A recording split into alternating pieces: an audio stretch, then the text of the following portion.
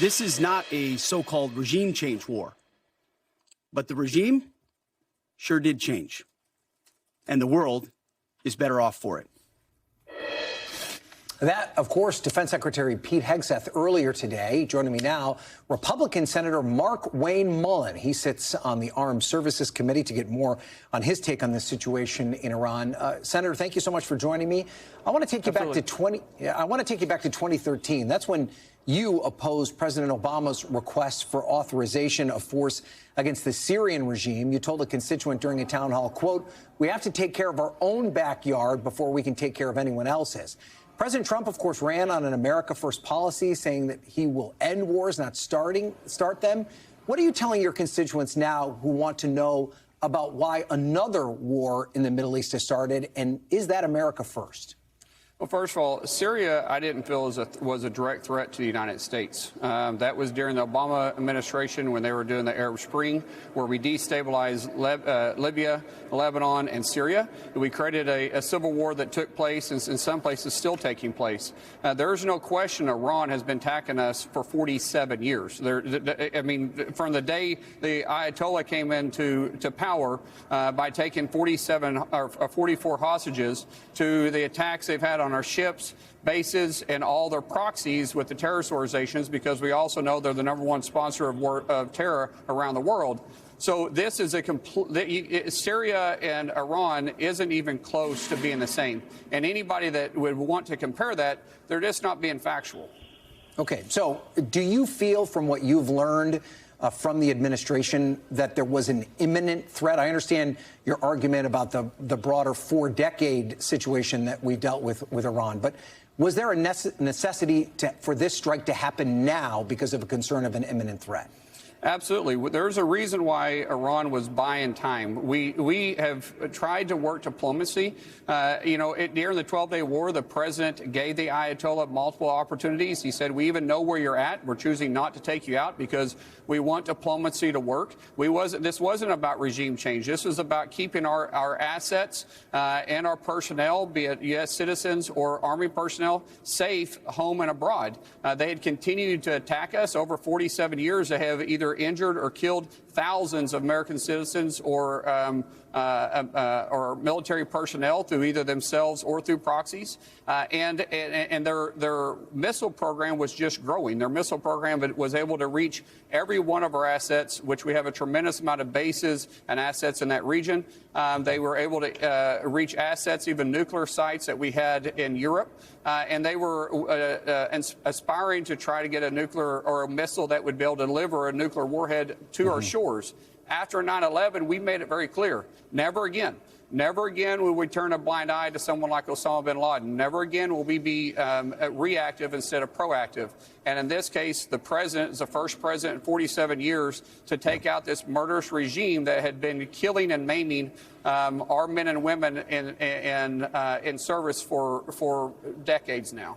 Okay, I want to follow up on 2 points there. First, I understand the missile capability. You're concerned about the missile capability, but didn't President Trump give us the impression that their nuclear program had been completely obliterated with the targeted strike that had happened a couple of months ago? Why is it necessary then to go through a second strike and a more complicated and involved process targeting a number of sites if there was no nuclear program to worry about?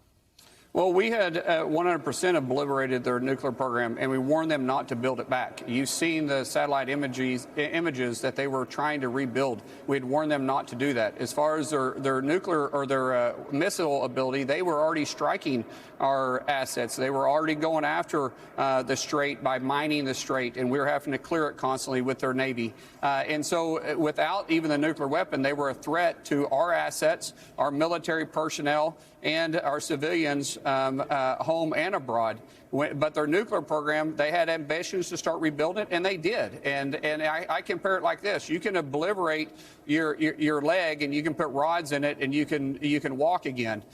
You can rebuild a lot of stuff once something is completely destroyed. And in this case, there was no question they were actively trying to rebuild it. Okay, so then to your argument about regime change. If you don't change the regime, couldn't they then just build up their missile arsenal, rebuild their Navy, all these things that you're saying that were taken out and were required to be taken out. You said it wasn't about regime change, but the regime was taken out on some level. How do you have one and not the other? Well, we tried not to take, we didn't want regime change, but we knew immediately when the Ayatollah wouldn't negotiate in good faith, we knew that they were trying to rebuild the system while they were telling us they weren't, meaning their nuclear system. We knew that the only way to stop this guy, because keep in mind, he's been saying he wanted to be a nuclear power since 1979. You can go back to his talkings, to what he said in print and what he said publicly, that he wanted to bring Iran into nuclear power for stability for his purpose. So we knew as long as he existed, he would never give up on this dream, even though we was hoping it wouldn't, even though President Trump said was hoping it wouldn't. The fact is that he had to be removed, and a lot of his leadership had to be removed. We're hoping that the Iranian people now, not us, but the Iranian people will choose to get their country back.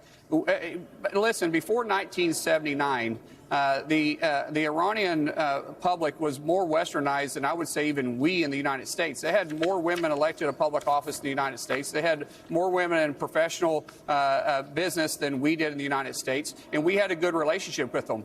There's nothing more than we would love to have a good relationship with the Iranian people moving forward, but this is their time. Right. This is their time to be able to get their country back, and President Trump has given that opportunity. What leadership they choose will be up to them. Whoever they choose, though, we want to have a good relationship with. Yep. Okay. Well, I want to ask you now about another important stage, a potential stage of this war, and that would be active duty American military on the ground in Iran. And if it's one thing that the president's most dedicated supporters in the MAGA movement have been opposed to, it's foreign intervention that involves boots on the ground. And right now, the administration is not ruling that out. This is what the president told CNN today. We haven't even started hitting them. The big wave hasn't even happened. The big one is coming soon. In another interview with the New York Post, he said that he isn't ruling out U.S. boots on the ground. What is your position right now, Senator? Would you support boots on the ground in Iran if this conflict were to extend? I don't think the president should be limiting his ability for whatever he needs to keep us safe. And as long as Iran is still a threat, we need to use whatever assets we have. And now I believe that the president does need to keep Congress informed, which he's done that. He informed us within the 48-hour window. He's coming in.